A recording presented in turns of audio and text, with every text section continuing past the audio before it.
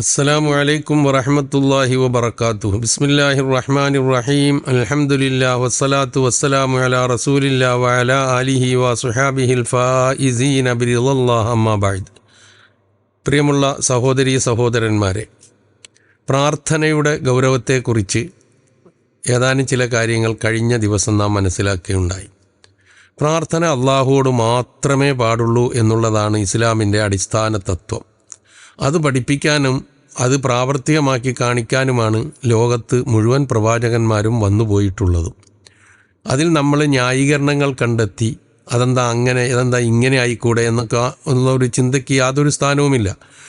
ഒരു സംശയത്തിനും ഇടമില്ലാത്ത വിധം അള്ളാഹു അക്കാര്യം വ്യക്തമാക്കുന്നുണ്ട്. ചില കാര്യങ്ങൾ കഴിഞ്ഞ ദിവസം നാം മനസ്സിലാക്കി.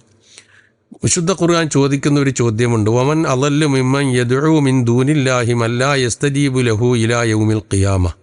നമ്മളുടെ ഈ പ്രാർത്ഥനയുണ്ടല്ലോ, ഈ പ്രാർത്ഥിക്കുന്ന പ്രാർത്ഥനയ്ക്ക് ഉത്തരം ചെയ്യാത്തവരെ, ഖിയാമത്ത് നാൾ വരെയും ഉത്തരം ചെയ്യാത്തവരെ, വിളിച്ച് പ്രാർത്ഥിക്കുന്നവരെക്കാൾ വഴിപിഴച്ചവൻ ആരുണ്ട് എന്നാണ് ആ ചോദ്യം. വമൻ അളല്ലു, ആരാണ് ഏറ്റവും പിഴച്ചവൻ? മിമ്മൻ യദ്ഉ മിൻ ദൂനില്ലാഹി, അള്ളാഹുവിന് പുറമേ ഉള്ളവരെ വിളിച്ച് പ്രാർത്ഥിക്കുന്നവരെക്കാൾ. ആരെ? മല്ലാ യസ്തജീബു ലഹു ഇലാ യൗമിൽ ഖിയാമ. ഖിയാമത്ത് നാൾ വരെ വിളിച്ചാലും അവർക്ക് ഉത്തരം ചെയ്യാൻ കഴിയില്ല. ഖുർആനാണ് ഈ പറയുന്നത്. തന്നെയുമല്ല, യൗമൽ ഖിയാമത്തി യക്ഫുറൂന ബി ഷിർക്കിക്കും, ഖിയാമത്ത് നാളിൽ നിങ്ങളുടെ ഷിർക്കിനെ അവർ തള്ളിപ്പറയുന്ന, നിഷേധിക്കുന്ന. ഇവിടെ എന്താ ഷിർക്ക്? അവരെ വിളിച്ച് പ്രാർത്ഥിച്ചതാണ്. ഇപ്പം നമ്മൾ നമസ്കാരം അള്ളാഹുവിന്, നോമ്പ് അള്ളാഹുവിന്, എല്ലാം അള്ളാഹുവിന്, ഹജ്ജ് അള്ളാഹുവിന്, എല്ലാം അള്ളാഹുവിന്. പക്ഷേ പ്രാർത്ഥന മാത്രം അള്ളാഹു അല്ലാത്തവർക്ക്. അതെന്താ ഇതൊരു വേർതിരിവ്? നേർച്ച അള്ളാഹു അല്ലാത്തവർക്ക്, തവക്കുൽ അള്ളാഹു അല്ലാത്തവർക്ക്. നമ്മുടെ വിശ്വാസത്തെക്കുറിച്ചൊരു പുനഃപരിശോധന ആവശ്യമാണ് എന്നതിൽ യാതൊരു സംശയമില്ല. അപ്പോൾ അള്ളാഹു അല്ലാത്തവരെ വിളിച്ച് പ്രാർത്ഥിക്കുന്നവരെക്കാൾ വഴിപിഴച്ചവൻ ആരുണ്ടെന്ന് ചോദിക്കുന്നു. അതുപോലെ വിശുദ്ധ ഖുർആൻ വേറൊരു സ്ഥലത്ത് പറയുന്നുണ്ട്, ഞാൻ നേരത്തെ സൂചിപ്പിച്ചു, നൂറുകണക്കിന് വചനങ്ങളുണ്ട് ഇതുമായി ബന്ധപ്പെട്ട്. യഥാർത്ഥ പ്രാർത്ഥന അള്ളാഹുവിനോട് മാത്രമേ പാടുള്ളൂ. അള്ളാഹു അല്ലാത്തവരോട് പ്രാർത്ഥിക്കുന്നവർക്ക് കിട്ടാൻ പോകുന്ന നേട്ടത്തെക്കുറിച്ച് പറയുന്നത്, ഇല്ലാക്ക ബാസിത്തി കഫൈഹി ഇലൽ മാഇൽ യബ്ലുഗ ഫാഹു വമാഹു ബിബാലിഗി. എത്ര സുചിന്തിതമായ നിലയിലാണ് ഖുർആൻ അത് പറയുന്നത് നോക്ക്. ദൂരെ കിടക്കുന്ന വെള്ളം അല്ലെങ്കിൽ ഇരിക്കുന്ന വെള്ളം കൈകൊണ്ടെടുക്കാതെയോ ആരെങ്കിലും എടുത്ത് ചുണ്ടിനോട് അടുപ്പിക്കുകയോ ചെയ്യാത്ത നിലയിൽ ആ വെള്ളം തൻ്റെ കയ്യിലേക്ക് വരണം അല്ലെങ്കിൽ വായിലേക്ക് വരണം എന്ന് ആഗ്രഹിച്ചാൽ വരാത്തതുപോലെയാണ് അള്ളാഹു അല്ലാത്തവരെ വിളിച്ച് പ്രാർത്ഥിക്കുന്നവരുടെ സ്ഥിതി എന്നാണ്. ഒന്ന് ആലോചിച്ച് നോക്ക്. അങ്ങ് ദൂരെ കിടക്കുന്ന വെള്ളം നോക്കി, എൻ്റെ കൈ ഞാനിങ്ങനെ നീട്ടുക, ഞാൻ വെള്ളത്തിൽ മുക്കുന്നില്ല. എൻ്റെ കൈ നീട്ടുമ്പോൾ ആ കയ്യിലൂടെ വെള്ളം എൻ്റെ വായിലേക്ക് വരണമെന്ന് ആഗ്രഹിച്ചാൽ ഞാൻ എത്രമാത്രം വിഡ്ഢിയാണ് ഞാൻ എന്നതുപോലെയാണ് അള്ളാഹു അല്ലാത്തവരെ വിളിച്ച് പ്രാർത്ഥിക്കുന്നതിലൂടെ ഉണ്ടായിത്തീരുന്നത് എന്ന് ഖുർആൻ തെളിവ് സഹിതം നിരത്തുന്നു. നമ്മുടെ ബുദ്ധിയെ തട്ടി നിരത്തുന്ന നിലയിൽ പറയുന്നു. അതുപോലെ ഉലിദുല്ലദീന ദഅംതും മിൻ ദൂനില്ലാഹി, അള്ളാഹുവിന് പുറമേ നിങ്ങൾ വാദിക്കുന്നവരെ നിങ്ങൾ വിളിച്ച് പ്രാർത്ഥിച്ചോളൂ. ഫലാ യംലിക്കൂന കശ്ഫൽ ദുർരി അങ്കും വലാ തഹ്വീല, നിങ്ങളിൽ നിന്ന് ഒരു പ്രയാസത്തെ തട്ടി നീക്കാനോ അതിനൊരു സ്ഥിതിഗതി മാറ്റമുണ്ടാക്കാനോ ഒന്നും അവർക്ക് കഴിയില്ല. വിശുദ്ധ ഖുർആനാണ് ഈ പറയുന്നത്. ഈ നമ്മൾ അങ്ങനെ പ്രാർത്ഥിക്കുമ്പോൾ നമ്മുടെ പ്രാർത്ഥന കേൾക്കാൻ കഴിയാത്ത, ഇനി കേട്ടാൽ തന്നെ ഉത്തരം ചെയ്യാൻ കഴിയാത്ത ഈ ആൾക്കാരോട് എന്തിനാണ് നമ്മൾ പ്രാർത്ഥിക്കുന്നത്? എല്ലാം കാണുന്ന, എല്ലാം കേൾക്കുന്ന, ഹയ്യും ഖയ്യൂമുമായ, റഹ്മാനും റഹീമുമായ, റസാഖായ, സമീആയ, ബസീറായ, അലീമായ, ഹലീമായ, ഒരു 99 നാമങ്ങളുണ്ടല്ലോ അള്ളാഹുവിന്. ഓരോ നാമവും അള്ളാഹുവിൻ്റെ സവിശേഷതയെ കുറിക്കുന്നതാണ്. ആ നാമങ്ങൾക്കൊക്കെ അർഹനായ അള്ളാഹു സൃഷ്ടാവ്, അവനറിയാം ഒരു മനുഷ്യനെക്കുറിച്ച്, അവൻ്റെ അവസ്ഥയെക്കുറിച്ച്, നാളെ അവൻ എന്ത് ചെയ്യും എന്നതിനെക്കുറിച്ച്, എത്ര കാലം അവൻ ജീവിച്ചിരിക്കുന്നതിനെക്കുറിച്ച്, എന്തെല്ലാം രോഗങ്ങളാണ് ഇവനെ പിടികൂടുക എന്നതിനെക്കുറിച്ചൊക്കെ അറിയാവുന്ന ആ റബ്ബിനെ വിട്ടുകൊണ്ട് മനുഷ്യരിലേക്ക്, മരിച്ചു മൺപറഞ്ഞു പോയ മനുഷ്യരിലേക്കും മറ്റു പലതിലേക്കും പല പേരുകൾ നൽകിക്കൊണ്ട് നാം പോകുന്നതിൻ്റെ പൊരുൾ വിശുദ്ധ ഖുർആൻ്റെ ലംഘനമാണ് എന്ന് നാം മനസ്സിലാക്കുക.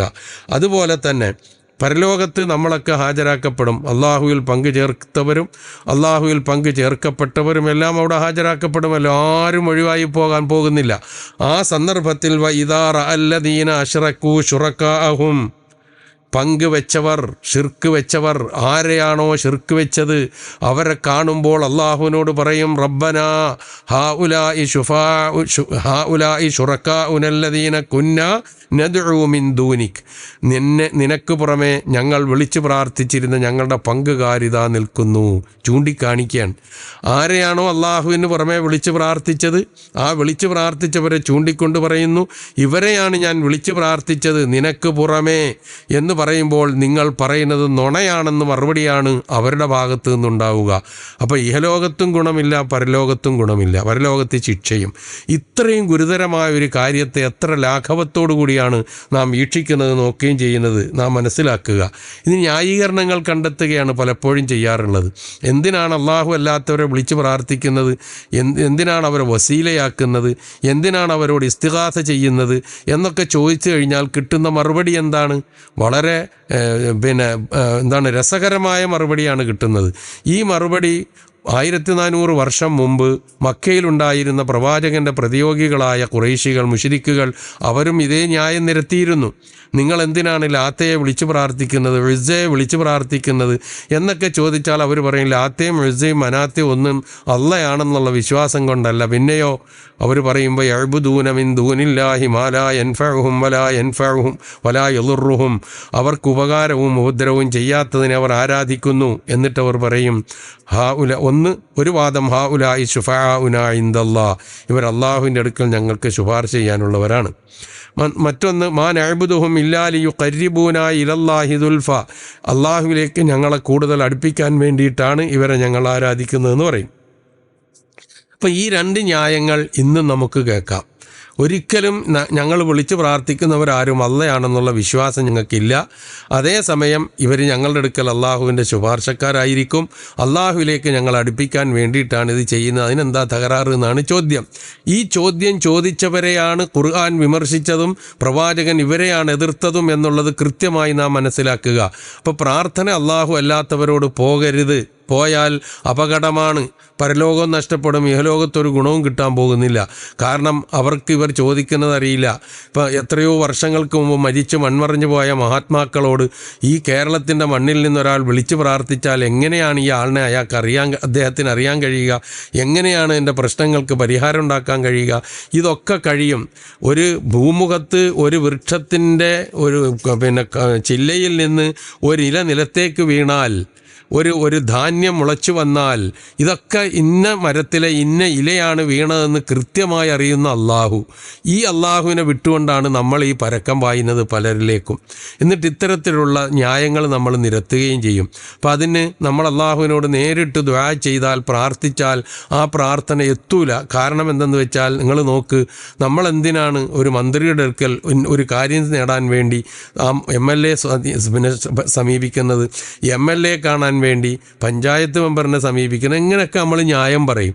ഇതുപോലെയാണ് അള്ളാഹുവിനെ കണക്കാക്കുന്നത്. അപ്പോൾ സംഭവിക്കുന്നത് എന്താ? അള്ളാഹുവിനെ ഒരു മന്ത്രിയുടെ സ്ഥാനത്തോ അല്ലെങ്കിൽ അള്ളാഹുവിനെ ഒരു രാജാവിൻ്റെ സ്ഥാനത്തോ അല്ലെങ്കിൽ വേറെ സംശയങ്ങൾ വരുന്നത് എന്താ? എന്തിനാണ് നമ്മൾ ഇപ്പോൾ ഇടുക്കിയിൽ നിന്ന് നേരെ ഒരു വയറ് വലിച്ച് നമുക്കങ്ങ് കറണ്ട് കുത്തിയാൽ പോരെ, നമ്മുടെ വീട്ടിൽ വിളക്കുണ്ടാവില്ലേ? അതിന് പകരം എന്തിനാണ് ട്രാൻസ്ഫോമറുകൾ മാറി മാറി, കമ്പികൾ മാറി മാറി, അതുപോലെ തന്നെ വയറുകൾ മാറി മാറി അവസാനം വീട്ടിലൊരു സ്വിച്ചിൽ കൊണ്ടുവന്ന് ഇതെല്ലാം കൂടി ഒതുക്കുന്നത് എന്നതുപോലെ നമ്മൾ നേരിട്ട് അള്ളാഹുവിനോട് പ്രാർത്ഥിച്ചാൽ അതങ്ങോട്ട് എത്തൂല. ഈ വഴികളിലൂടെയൊക്കെ പോകണമെന്ന്. അള്ളാഹ് ആരാണ്? റഹ്മാനാണ്, റഹീമാണ്. മനുഷ്യൻ്റെ ജീവനാടിയേക്കാൾ അടുത്തവനാണ്. ഞാൻ വളരെ അടുത്ത് തന്നെ ഉള്ളവനാണ്. എന്നോട് പ്രാർത്ഥിച്ചാൽ ഞാൻ ഉത്തരം ചെയ്യാമെന്ന് പറഞ്ഞവനാണ്. ആ അള്ളാഹുവിനെ വിട്ടിട്ട് ഈ പടപ്പുകളിലേക്ക് നമ്മൾ പോവുക. അങ്ങനെ ഒരു അവസ്ഥയെക്കുറിച്ച് നമ്മൾ ചിന്തിക്കരുത്. അത് നമുക്ക് അപകടമുണ്ടാക്കുന്ന കാര്യമാണ്. തന്നെയുമല്ല, ചിലപ്പോൾ ഒരു വേള മക്കാ മുശ്രിക്കുകളെക്കാളും കൊടിയ നിലയിലുള്ള ചിന്തയും കാഴ്ചപ്പാടും ഒക്കെ ഈ രംഗത്ത് ഇന്ന് കൂടുതൽ വന്നുകൊണ്ടിരിക്കുന്നു, ഉണ്ടായിരുന്നു, കൂടുതൽ അത് സജീവമായിക്കൊണ്ടിരിക്കുന്നു. ഇപ്പം ലോകത്തെ നിയന്ത്രിക്കുന്നത് അള്ളാഹു ആണ് എന്നുള്ള കാര്യത്തിൽ ഒരു വിശ്വാസിക്ക് ഒരു സംശയം ഉണ്ടാകേണ്ട ആവശ്യമില്ല. മഴ വർഷിപ്പിക്കുന്നത് അള്ളാഹു ആണ് എന്ന് തുടങ്ങി എന്തും അള്ളാഹു ആണെന്ന് പറഞ്ഞുകൊണ്ടാണ് മക്കയിലുണ്ടായിരുന്ന ആളുകൾ അള്ളാഹു അല്ലാത്തവരിലേക്ക് പോയിരുന്നത് എങ്കിൽ, ഇപ്പോൾ ലോകത്തെ നിയന്ത്രിക്കുന്നത് ഇന്നയാളാണെന്ന് പറഞ്ഞുകൊണ്ടാണ് അള്ളാഹുവിനെ കളിയാക്കിക്കൊണ്ട് പോകുന്ന ഒരവസ്ഥാവിശേഷം. മുമ്പ് ഞാനൊരിക്കൽ ലക്ഷദ്വീപിൽ യാത്ര നടത്തിയപ്പോൾ ഉണ്ടായ ഒരു അനുഭവം. ഒരു ദ്വീപിൽ നിന്ന് മറ്റൊരു ദ്വീപിലേക്ക് എപ്പോഴും പോകാൻ വലിയ കപ്പലുകൾ കിട്ടൂല. അപ്പോൾ അവിടെ ഒരു ചെറിയ വാഹന സൗകര്യം ഉണ്ട്, പിന്നെ ജലത്തിൽ സഞ്ചരിക്കാനുള്ള ഒരു ഇതുണ്ടാകും, ജലയാനം ഉണ്ടാകും എന്ന് പറഞ്ഞാൽ വലിയൊരു കൊട്ടയുടെ ആകൃതിയിലുള്ള ഒന്ന്. അതിനകത്ത് മോട്ടർ ഘടിപ്പിച്ചിട്ടുണ്ടാകും. അതിനകത്ത് 5-6 ആളുകൾ കയറും. ആ കയറുന്ന കൂട്ടത്തിൽ ഇങ്ങനെ പോകുമ്പോൾ വലിയ കൂറ്റൻ തിരമാലകളെ കവച്ച് വെച്ചുകൊണ്ടേ നമുക്ക് പോകാൻ കഴിയുള്ളൂ അടുത്തൊരു ദ്വീപിലേക്ക്. അങ്ങനെ പോകുന്ന സന്ദർഭത്തിൽ നാട്ടുകാരായ കുറച്ച് സ്ത്രീകളും ഞാനും ഉൾപ്പെടുന്ന എൻ്റെ കൂടെയുള്ള കുറച്ച് ആൾക്കാരും കൂടി കയറി. സത്യം പറഞ്ഞാൽ അക്കരെ കടക്കുമെന്ന് നമുക്ക് ആർക്കും ഉറപ്പുണ്ടായിരുന്നു. ആ ജാതി തിരമാല കവച്ച് വെച്ചുകൊണ്ടാണ് പോകേണ്ടി വരുന്നത്. അത്ര കൂറ്റൻ തിരമാലയാണ്. ഈ സന്ദർഭത്തിൽ ഈ വാഹനം ഇങ്ങനെ ശരിക്കു പറഞ്ഞാൽ ഈ ജലയാനം ഇങ്ങനെ എത്ര വലിപ്പത്തിലാണോ തിരമാല വരുന്നത്, ആ തിരമാലയുടെ മുകളിലെത്തി നേരെ താഴോട്ട് വരും. അതൊരു യാത്ര തന്നെയായിരുന്നു, ഇപ്പോഴും മനസ്സിൽ നിന്ന് മാറാത്ത ഒരു യാത്രയാണ്. ആ യാത്രയിൽ അതിലുണ്ടായിരുന്ന സ്ത്രീകൾ ഇങ്ങനെ ഇങ്ങനെ അടിച്ച് മേപ്പോട്ട് വരുമ്പോൾ അവർ വിളിക്കുന്നത് ബദരീങ്ങളെ എന്നാണ്. അന്തം വിട്ടുപോകും. നമുക്ക് പേടിയായി. കാരണം അള്ളാഹു അല്ലാത്തവരെ വിളിച്ചുകൊണ്ട് ഇനി അതെങ്ങാനും മുങ്ങിപ്പോയാലോ എന്നുള്ള പേടിയായിരുന്നു നമ്മുടെയൊക്കെ മനസ്സിലുള്ളത്. അതേപോലെ തന്നെ ഇപ്പോൾ അടുത്ത കാലത്ത് നമ്മുടെ സോഷ്യൽ മീഡിയയിലൊക്കെ റമദാൻ കാലത്ത് വളരെ സജീവമായ ഒരു വീഡിയോ ഉണ്ടായിരുന്നു. ഒരു സ്ഥലത്ത് പിന്നെ തീപിടുത്തമുണ്ടായി കുറേ പേർക്ക് പ്രയാസം അനുഭവപ്പെടുന്നു. മുകളിലത്തെ നിലയിലും ആളുണ്ട്, താഴത്തും ആളുണ്ട്. അതെല്ലാം കൂടെ കത്തുന്ന ചിത്രം കാണിച്ചുകൊണ്ട്, പക്ഷേ ആ ചിത്രം നമ്മൾ കാണുമ്പോൾ വേദനയോടുകൂടി ഒരു വീട് കത്തിയിരിക്കുന്ന കാണുന്ന ഒരു വേദന ഉണ്ടല്ലോ, ആ വേദനയോടുകൂടി നമ്മളതിനെ കാണുമ്പോൾ പിന്നെ നമ്മളതിൻ്റെ ഉള്ളിൽ നിന്ന് കേൾക്കുന്ന സ്ത്രീ ശബ്ദം ബദരീങ്ങളെ ബദരീങ്ങളെ ബദരീങ്ങളെ എന്നാണ്. ഒന്ന് ആലോചിച്ച് നോക്കിയേ. ഈ ഒരു അവസ്ഥയിലേക്ക് മനുഷ്യൻ്റെ മനസ്സിനെ കൊണ്ടുപോയതെന്താ?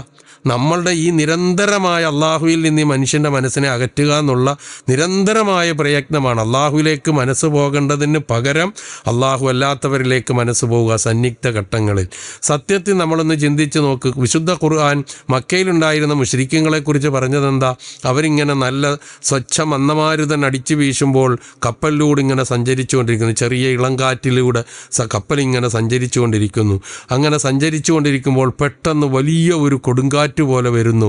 നാനാഭാഗത്തു നിന്നും വെള്ളം അതിലേക്ക് കയറി കപ്പൽ മുങ്ങി നശിക്കാൻ പോകുന്ന ഒരവസ്ഥ വരുന്നു.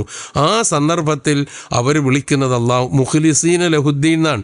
ആത്മാർത്ഥമായി അള്ളാഹുവിനെയാണ് വിളിച്ച് പ്രാർത്ഥിക്കുന്നത്, രക്ഷിക്കണേന്ന്.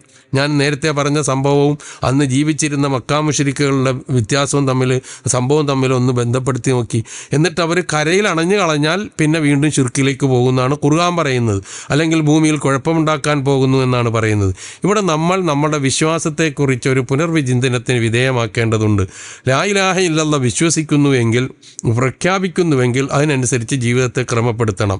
ആരാധനക്കർഹൻ അള്ളാഹു മാത്രമേ ഉള്ളൂ എന്നാണ് പ്രഖ്യാപനമെങ്കിൽ നമുക്ക് വിളിച്ച് പ്രാർത്ഥിക്കാനും അവൻ മാത്രമേ ഉള്ളൂ. മറ്റാരോട് വിളിച്ച് പ്രാർത്ഥിച്ചാലും അത് ലാ ഇലാഹ ഇല്ലല്ലാഹ്ക്ക് വിരുദ്ധമാണ് എന്ന് തിരിച്ചറിഞ്ഞുകൊണ്ട് പ്രാർത്ഥനയുടെ പ്രാധാന്യം മനസ്സിലാക്കിക്കൊണ്ട് തന്നെ അള്ളാഹുവിനോട് മാത്രം പ്രാർത്ഥിച്ച് ജീവിക്കുന്ന ഒരു മനോഭാവത്തിലേക്ക് അതിൻ്റെ ബേസിൽ നിന്നുകൊണ്ട് വേണം ബാക്കിയെല്ലാം വരേണ്ടത്. ഇല്ലെങ്കിൽ നമ്മുടെ അമലുകളെല്ലാം ലൈൻ അഷ്റക്ത ലയഹ്ബത്തന്ന അമലുക വല തക്കൂനന്ന മിനൽ ഖാസിരീൻ. അള്ളാഹുവിൽ പങ്കുചേർത്താൽ, പ്രവാചകനോടാണ് പറയുന്നത്, നീ എങ്ങാനും അള്ളാഹുവിൽ പങ്കുചേർത്താൽ നിൻ്റെ അമലുകൾ പൊളിഞ്ഞു പോകും, പിന്നെ നീ നഷ്ടകാരികളുടെ കൂട്ടത്തിൽ പെട്ടുപോകും. നമ്മളുടെ അശ്രദ്ധ നിമിത്തം, അല്ലെങ്കിൽ അവഗണനാ മനോഭാവം നിമിത്തം, അല്ലെങ്കിൽ ഇതൊന്നൊരു പ്രശ്നമില്ല എന്ന മനോഭാവത്തോടു കൂടി നമ്മൾ ഈ പ്രാർത്ഥനയെയും ദുആഇനെയും ഇബാദത്തിനെയും ഒക്കെ സമീപിച്ചാൽ അവസാനം നമ്മുടെ അമലുകൾ നിഷ്ഫലമായി പോയി വിരൽ കടിക്കുന്ന അവസ്ഥ വന്നിട്ട് വിരൽ കടിച്ചിട്ട് കാര്യമുണ്ടാവില്ല. തിരുത്തേണ്ടത് ജീവിതത്തിൽ തന്നെയാണ്. ആ നിലയിൽ പ്രാർത്ഥനയുടെ ഗൗരവം വളരെ വലുതാണ്. അള്ളാഹുവിനോട് പ്രാർത്ഥിച്ചില്ലെങ്കിൽ അവന് ഇഷ്ടമല്ല എന്നൊക്കെയുള്ള രൂപത്തിൽ മനസ്സിലാക്കുന്നതോടൊപ്പം തന്നെ ഞാൻ അള്ളാഹുവിനോടേ പ്രാർത്ഥിക്കൂ എന്ന ഉറച്ച തീരുമാനവും ഉണ്ടാവുക. അതാണ് ഈ ധന്യമായ നാളുകളിൽ പ്രത്യേകം ശ്രദ്ധിക്കേണ്ടതെന്ന് ഉണർത്തുന്നു. അള്ളാഹുവിനെ മാത്രം വിളിച്ച് പ്രാർത്ഥിച്ച് അവൻ്റെ ഇഷ്ടദാസന്മാരായി ജീവിക്കുവാനും ഈ ലോകത്തോട് വിട പറയുവാനും അള്ളാഹു അനുഗ്രഹിക്കുന്നവരുടെ കൂട്ടത്തിൽ നാം ഏവരെയും ഉൾപ്പെടുത്തുമാറാകട്ടെ. വസ്സലാമു അലൈക്കും വറഹ്മത്തുള്ളാഹി വബറകാതുഹു.